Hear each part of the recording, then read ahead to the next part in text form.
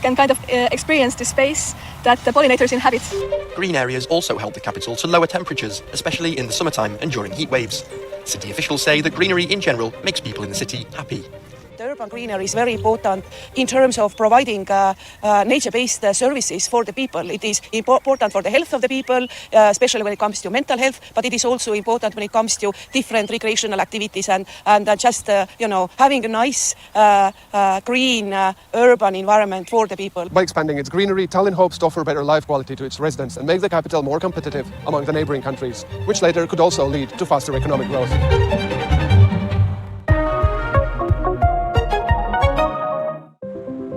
Etel, a town in Brittany in France, is seeing its past being brought back to life. It was once a big fishing port, and this building, La Glacière, or the Ice House, is a remnant of that heritage. Now it's being restored in a project that blends the town's history with the future of green energy. Here's what it looked like in 1960. After the restoration of the building, we really wanted to keep all of this: the double vaults, the balcony which allowed the ice to be loaded, all the entrances and the doors have been kept. Constructed in 1946, La Glacière d'Etel produced ice for the local port. Later the building was abandoned and fell into disrepair. Now the local authorities have bought it out to be restored. It's the last ice house in Morbihan in Brittany. Until the 1950s, there were 250 sailing boats that were used for fishing, mainly for tuna, and the tuna had to be preserved, obviously. It needed ice. So without this building, there was no fishing. The main objective of our project is to welcome the public. People are attached to the building. They know it. They come from all over the department to see it. La Glacière already hosts exhibitions. This one's dedicated to maritime energy in Brittany. The use of green energy is a key part of the renovation project, with a tidal turbine and a heat pump among the technologies used to bring sea power to the building. We're going to use as a priority here at La Glacière all the sources of energy that we can find. From the sea to begin with, we're going to use seawater for two things. The current will turn a tidal turbine propeller to produce electricity. And we'll also use the relative constant temperature of the seawater for a heat pump, which will allow us to recuperate calories to heat the building. The heat pump works like an inverted fridge. To capture the sun's energy, the curved roof is covered by innovative, biodegradable and flexible solar panels designed in Nantes. Surplus energy will be shared with local municipal buildings. La Glacière Energy Project received nearly €166,000 in European funding. And the Vivier du Pradic of fishmongers with its ponds at the back of La Glacière is a reminder of the era when this place was full of ice. The story continues. Etel was a symbol 50 years ago. It's a city that has a history in terms of fish, and it was important for me to set up in a place that has a past and be able to write a page of history myself. The inauguration of La Glacière d'Etel as a gateway to this picturesque region is expected by 2025.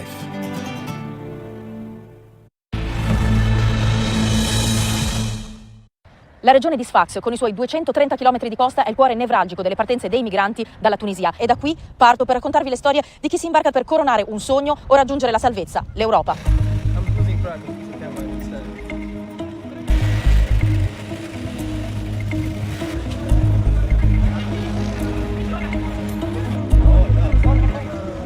I was a teacher. We are sleeping here. Everyone knows, even the government knows. They know us. Even all the Tunisian people, they know us. They don't give us a place to stay.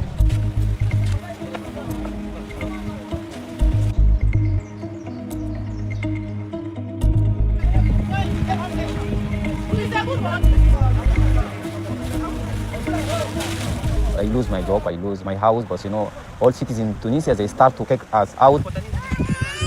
We are dying here. We need a safety place. We don't care if that's place in Africa. In every way, we want to go.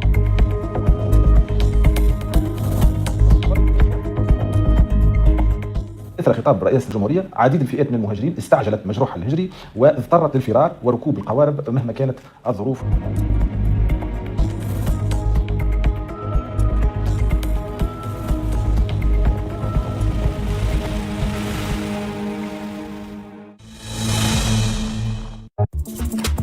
A 14-year-old was able to create one of the most popular hacking forums in the world. The US prosecutors will start from the point of adulthood. Should those consequences be the same as an adult that has a fully functioning prefrontal cortex?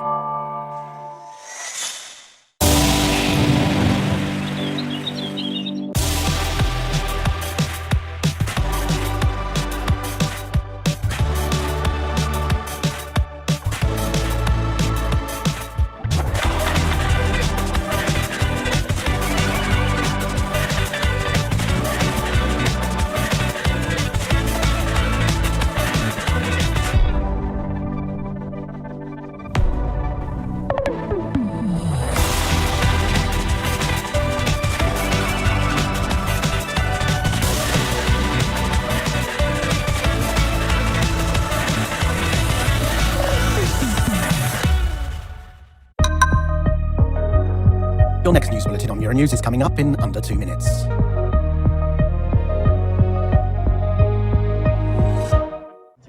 Pour avoir un atterrissage plutôt doux. Very long. It'll take about 3 to 5 seconds to recover the from the ground.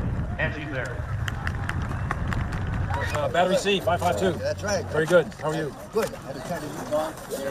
First time back. Here, come in, Andy. I got that mark. You give it to me. I don't have an elbow print. Thank you so much.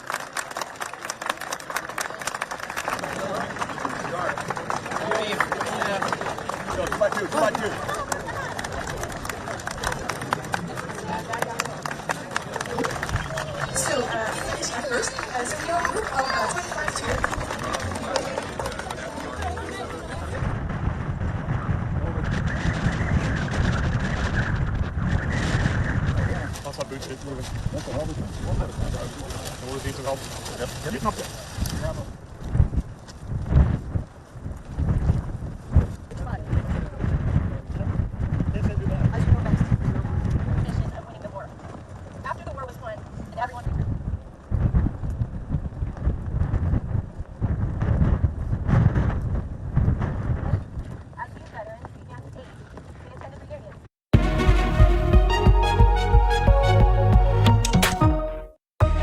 While it remains unclear if Ukraine's counter-offensive has begun, Kyiv says its forces are shifting to offensive actions in some areas. Some people in Ukraine are forced to wait through air raids without a viable shelter, while others are faced with locked or unusable ones. Russian opposition representatives call on the EU to support them in order to prepare and restore democracy in a post-war Russia. In Brazil, protesters mark the first anniversary of the murder of environmental journalist Tom Phillips and indigenous expert Bruno Pereira. Ukraine has released this footage purporting to show attacks on Russian positions near Bakhmut. Kyiv earlier maintained silence on its military activities, but has since announced that its forces are shifting to offensive actions in some areas. Whether this amounts to the launch of its long-awaited counter-offensive remains unclear, but President Volodymyr Zelensky did reference Bakhmut in his nightly address. Я вдячний кожному нашому воїну, усім нашим захисникам, нашим захисницям, які дали за цей день саме ті новини, які ми очікуємо. Бахмутський напрямок. Молодці воїни. The Ukrainian leader earlier welcomed Britain's Foreign Secretary James Cleverly to Kyiv. The pair discussed Ukraine's accession to NATO, with Cleverly saying Ukraine will win the war and can count on London's support. Moscow, meanwhile, has released its own footage claiming to show it repelling an attempted large-scale offensive by Ukrainian forces in the Donetsk region. It says it killed 250 Ukrainian troops and destroyed tanks and other military vehicles. Russian state television has also aired footage showing the destruction in border towns in southwest Russia's Belgorod region. Some observers see the attacks as part of Ukraine's efforts to distract Moscow and stretch its forces to help the counter-offensive succeed. As anti-aircraft sirens wail over Kyiv, some residents are faced with a horrifying situation, not having a viable shelter close by. That's the case for Ranva, who lives with her children and a small dog in an apartment that's far from the capital center. Most of the time, they are forced to take shelter in their hallway. We have two walls, so if windows will be heated, we will be protected from the glass here. If it will be some ballistic and rockets, it's fatality. This, as attacks by Russian forces have become an almost daily occurrence. A few days ago, one of these attacks left 3 people dead, including a small child and his mother, who were found at the gates of a shelter that was closed. A shocking recent inspection found that nearly a quarter of the country's air raid shelters are locked or unusable. Russian representatives of the opposition and civil society are calling on the EU to support them in order to prepare and restore democracy in a post-war Russia. Mikhail Khodorkovsky, one of the main political opponents of Putin and self-exiled in Switzerland, came to the European Parliament on Tuesday for exactly this purpose. He told Euronews that active resistance to the war is not as popular in Russia today as the opposition would like.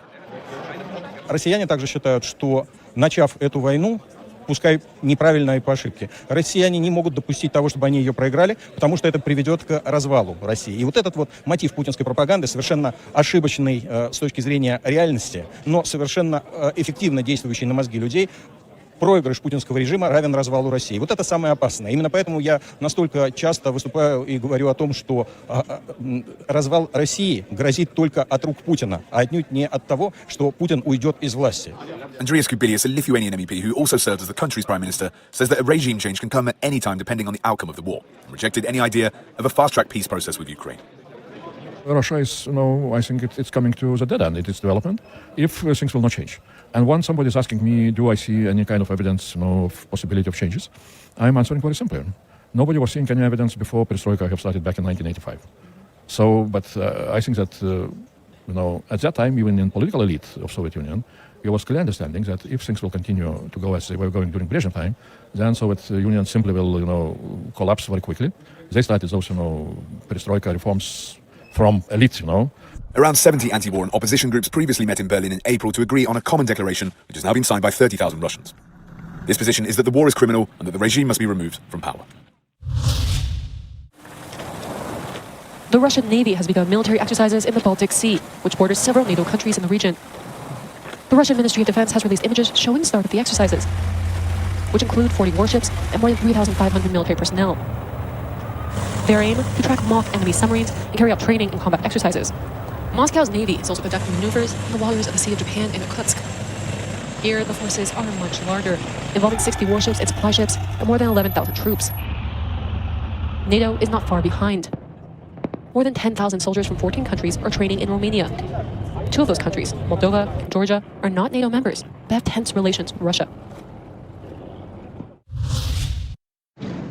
Crowds have flocked to see the historic Holy Trinity icon at Moscow's Christ the Saviour Cathedral after it was moved from the State Tretyakov Gallery. President Putin's gesture is being seen as a tightening of the alliance between the Kremlin and religious leaders during the uncertain times of the conflict in Ukraine.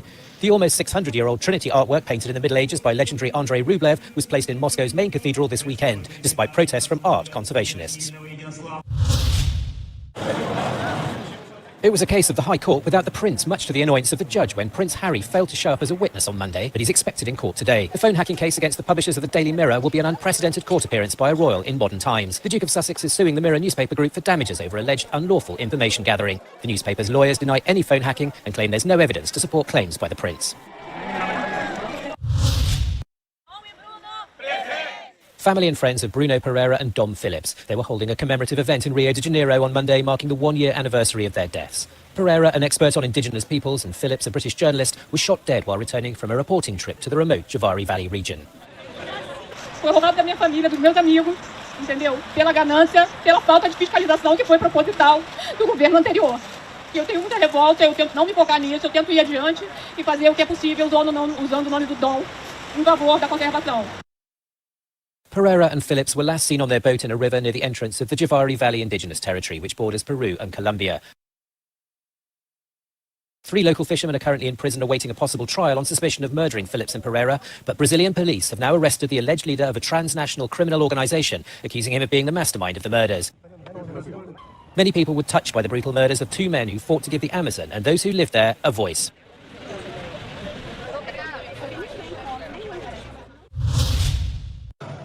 A reminder of one of football's biggest problems. The racist comments chanted at Real Madrid player Vinicius Jr. last month have given an insight into the progress that still needs to be made in stadiums all around the globe. With racism, it's not something that happens very often, but every time it happens, it sort of like knocks you back and floors you, because just when you think everything's okay, it's a reminder that it's not. It's a reminder how some people actually see you, and it's not the case that it's everyone, but even if it's 1%, like for the amount of people involved in the game of football, 1% is a lot of people. According to former footballers, players have had to take it upon themselves to fight a problem that doesn't seem to disappear. Looking back retrospectively, you say, the TV companies failed us, the radio failed us, the PFA failed us, really. They didn't make a stand against it. They just said, well, bury our heads in the sand, it'll go away eventually. It didn't go away. The players and the fans had to get it all going and get the Kick Racism Out of Football campaign going and get people on board and stop the fans from 5,000 people behind the goal all singing, black this, black that. That's difficult. It's difficult to play in front of. You had to be tough, you had to be resilient in those days. Now, players who kept quiet about racism at the time are encouraging younger ones to be like Vinicius and call out any abuse thrown at them on or off the pitch. I think now, today, players like myself, black players, young black players, shouldn't be quiet. They should say something right there and then. And I didn't at that time, so I've had to learn from that. And that's probably what I teach and share with these young up-and-coming players now. Many have taken to the streets in support of their footballing heroes, hoping to look past the colour of their skin and towards a future that really does kick racism out of football. The costs of an unaccomplished reunification of Europe, the political and strategic role of Central and Eastern Europe among frozen conflicts and open war. All these subjects in a special global conversation from GlobeSec Forum in Bratislava.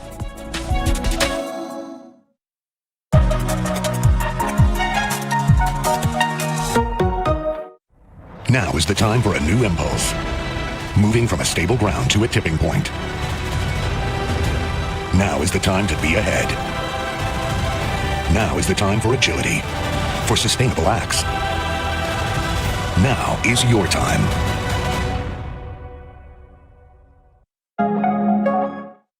Looking for trustworthy climate coverage? Sign up for our green newsletter. Get eco news and green views delivered straight to your inbox. Sign up today on euronews.com/green.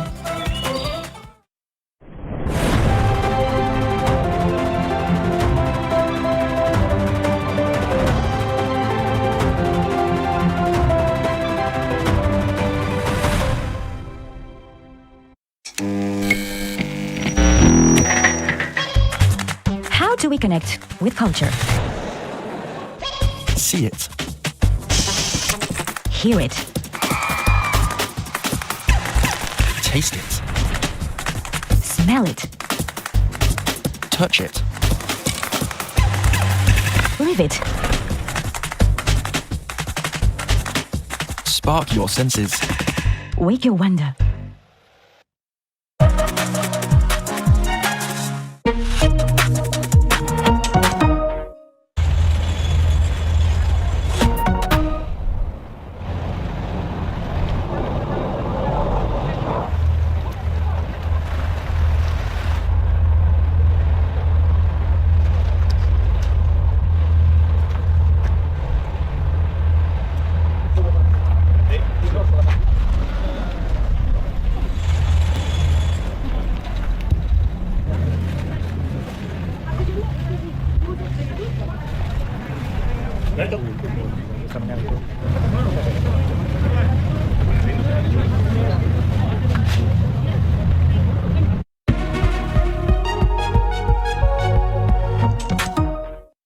President Zelensky has accused the Russians of terror tactics in blowing up a huge dam threatening hundreds of thousands of homes and a nuclear power plant. While it remains unclear if Ukraine's counter-offensive has begun, Kyiv says its forces are shifting to offensive actions in some areas. In Brazil, protesters marked the first anniversary of the murder of environmental journalist Tom Phillips and indigenous expert Bruno Pereira. Dramatic pictures this morning of the mighty Dnieper River bursting through the Novakhovka Dam. Ukraine accused Russia of blowing it up, setting the clock ticking on the evacuation of hundreds of thousands of Ukrainians living downstream, with less than 5 hours to save them. The floods also threatened the huge Zaporizhzhia nuclear power plant, currently in Russian hands. The Kakhovka hydroelectric power station dam, which was at full capacity, is located in the Kherson province of southern Ukraine. President Zelensky accused the Russians of using terror tactics to try and thwart Ukraine's counteroffensive. Moscow says the dam was hit by a Ukrainian airstrike.